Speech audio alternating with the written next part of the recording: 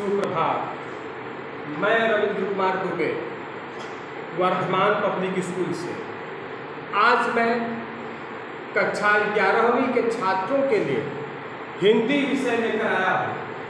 हिंदी आरोह भाग 1 मियां नसरुद्दीन, जिसकी लेखिका है कृष्णा सोबती। कृष्णा सोबती जी अपने ज़माने की एक सशक्त और हस्ताक्षरित लेखिका सिद्ध हुई है। इनका जन्म 1925 पश्चिमी पंजाब में हुआ था।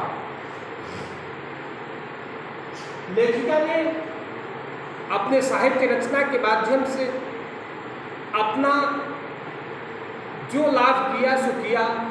हिंदी साहित्य जगत को इन्होंने काफ़ी आगे बढ़ाने का भी काम किया। इनकी रचनाएं जिंदगी नामा, दिलो दानिश, ऐ लड़की, समय का सरगम, हम हशमत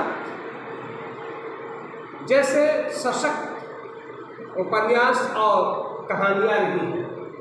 इनको साहित्य अकादमी, हिंदी अकादमी, शलाका का पुरस्कार भी भारत सरकार द्वारा प्रदान किया गया। इन्होंने लिखा है जो हम पढ़ेंगे, मियां नसरुद्दीन। इनके एक प्रसिद्ध पुस्तक है जो शब्द चित्र से भरे पड़े हैं, हम हशमत उपन्यास से लिया गया है, उद्धृत किया गया है। यह मियां नसरुद्दीन नानबाइयों के मसीहा के रूप में जाने जाते हैं। अचानक लेखिका से उनकी मुलाकात हुई। यहाँ हम हशमत इनके एक प्रसिद्ध रचना है। माना जाता है कि यशपाल द्वारा रचित झूठा सच जो उपन्यास भारत और पाकिस्तान के बंटवारे के बाद उन्होंने जो त्रासदी लिखा था, वह कालजयी रचना आज भी वैसे ही है जैसे पहले स्थिति थी।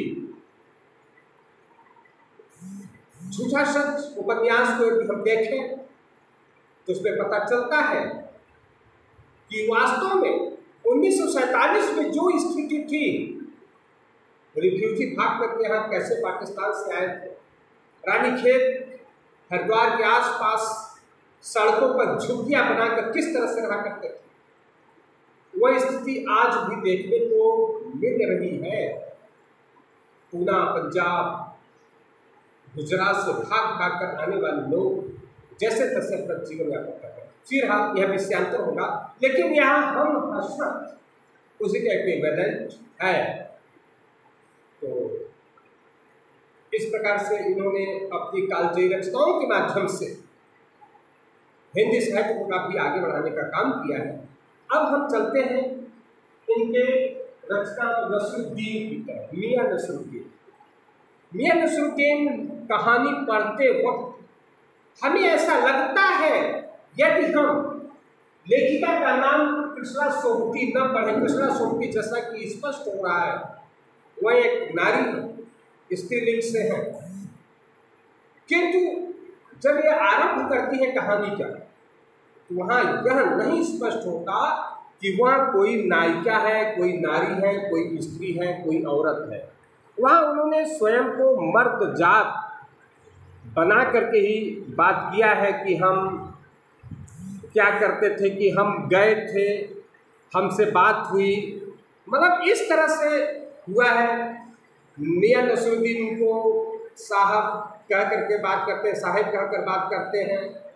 तो यह लेखन प्रक्रिया, यह लेखनी की जो क्षमता है, पुरुष वर्ग यदि नारी बन करके लिखता है या नारी वर्ग पुरुष बन करके लिखता है, यह बहुत बड़ी चुनौती हो जाती है लेखक या लेखिका।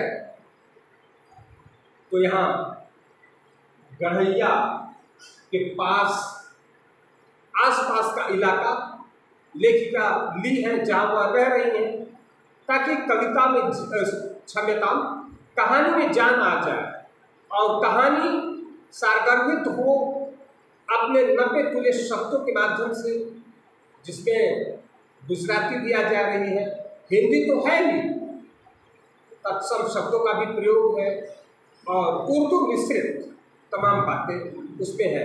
जैसा कि माना गया है मियां नसरुद्दीन नाम से ही स्पष्ट है, तो हाँ उर्दू का रहना भी लाजमी ही है, किंतु ये सब भाषाओं का जो शब्द मिलन है यह कहानी में और रोचकता उत्पन्न कर रहा है। एक दूसरे से मानो में सिमटते चले जा रहे हैं, लगते चले जा रहे हैं, ये नहीं कि ये थोड़ा इधर उधर की बात है, यानी कि अलगाव नहीं दिख रहा है। मियां नसरुद्दीन अपने मड़ैया बैठे गढ़ैया वाले, लेखिका उधर से गुजरती है, नाम सुन रखा था मियां नसरुद्दीन का, लेकिन मुलाकात नहीं हुई थी। आज मुलाकात करने की ठान ली, गई जाती है तो देखती है कि वो हो रहा है, आटे साने जा रहे हैं, आटे गूंथे जा रहे हैं पटापट। लेखिका ने सोचा सिवैयां बन रही होगी, लेकिन जब पता चला कि ये तो नानबाई, जो मशहूर नानबाई है, उनका ठीहा है, चली जाती उनके पास, मड़ई में बैठे हुए बीड़ी का मजा है। पानी तो नसरुद्दीन अब वृद्ध से हो गए हैं, 70-72 हो गए हैं, बात करने से इनकार कर देते हैं, लेकिन लेखिका उनसे बात करना ही चाहती है, तो इन्हें अखबार नवीस बता देते हैं। अखबार नवीस जो अखबार छापते हैं, अखबार बेचते हैं, कहते हैं सब निठल्ले हैं, अखबार बनाने वाले भी, अखबार पढ़ने वाले भी, इनको तो कोई काम है नहीं। एक तरह से उनका तेवर कुछ ऐसा है कि लेखिका उनसे बात कर रहे हैं। लेखिका ऐसी है जो किसी भी तरीके से, किसी भी सूरत से बात करने आई ही, दो बातें हो जाए तो अच्छी बात होगी। अब इस तरह से बातें होती जा रही, प्रश्न पर प्रश्न करती हैं, एक खोजी पत्रकारिता की तरह बात हो रही है, लेकिन यहाँ नसरुद्दीन यही सोच बैठते कि यही कुछ छापने कर लिया है। बात बात में कभी कल्लन मियाँ को बुला लेते हैं, तो कभी रहमत मियाँ को आवाज़ दे देते हैं कि कल्लन मियाँ वो जो थाली गई थी उस दिन किसी के घर आई कि नहीं, या वहाँ खाना भिजवा देना, 8 आने में एक थाली है, खाली खाना जो आज हम 100-200 रुपया दे करके खाते हैं होटलों में, उसकी कीमत उसमें 50 पैसे है, यानी पैसे की कीमत है, चाहिए कहीं ना कहीं। तो रहमत मियाँ, कल्लन मियाँ सबका नाम ले लेकर के जो वो बुलाते हैं और मस्खरी भी करते चले जा रहे हैं, उसकी लवंडिया आई कि नहीं, इस तरह की बात है। तो लेखिका को लगता है कि ये तो मस्खरे किस्म के भी हैं, तो वह बात का खाल निकालने के लिए आतुर है और हर किरदार के संदर्भ में बात करना शुरू कर देती है। चिढ़ से जाते हैं मियां नसरुद्दीन साहब कि तो जब बात आ ही गई है तो बताना ही पड़ेगा। मजदूर जो कि आटा गूंथ रहे होते हैं, उनके विषय में बात करती हैं कि जो शागिर्द हैं यूं ही बेकारी पर आए हैं या कुछ लेते भी हैं। तुरंत उठते हैं मियाँ, कहते नहीं 2 पैसे देता हूँ, मैदा आटे का 2 पैसा, मैदे का 4 पैसा, मन के हिसाब से एक मन करो कितने पैसे ले जाओ, बेकार नहीं कराते, गिन कर मजूरी देते हैं। वो मशहूर थे, यह बात सर्वविदित थी, लेखिका भी जानती थी, वो कैसे मशहूर हुए, क्या हुआ, अब सब कुछ बाल का खाल निकालने पर आतुर हो रही हैं। तो कहती हैं कि आप इस थिएटर पर कब आए, कब रोटी बनाना सीखा, कब क्या किए, आप तो और गुणों से संयुक्त हैं, आपके पास तो ढेर सारे गुण हैं, वाद्य हैं, गायन है और विचार भी आप लोगों को देते हैं, सलाह भी देते हैं, तो ये कला आपने कब से सीखा। तो इन्होंने शुरू कर दिया, बताया कि बाबा के मरहूम होते ही आप बैठे चाहिए, यानी बाबा जब चले गए, मरहूम हो गए, मर गए, तो बैठता पड़ा। तो कहाँ सीखा, कैसे सीखा? तो उन्हें कहते कि नानबाई और कहाँ सीखने जाएगा, क्या वो नगीना साज के पास जाएगा? रफू अंग्रेज के पास जाएगा, आईना साज के पास जाएगा, किसके पास जाएगा? वो अपने घर में ही सीखेगा या फिर नानबाई जो उसका होगा उसी सीखेगा। वालिद उस्ताद से इन्होंने सब कुछ सीखा था। और भी बातें होती हैं कि कैसे शुरू किया, क्या किया। मियां ने कहा कि देखिए, देखो साहब, हम यूं ही कैसे बताएं, यदि बच्चा पढ़ने गया है, अली और बे नहीं पढ़ा और चौथी जमात में बैठा है, तो कैसे हो सकता है? अरे नानबाई बनने के लिए क्या करना पड़ेगा? बर्तन मांजने पड़ेंगे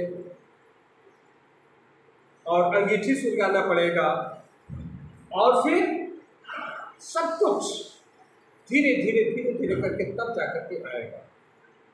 इन सब बातों का जिक्र करते हुए आगे बढ़ते हैं। लेखिका उनकी बातों का मजा लेती है। वो आंखों का काया भोलापन अपने चेहरे पर लाल ले लेते हैं और पंच हजारी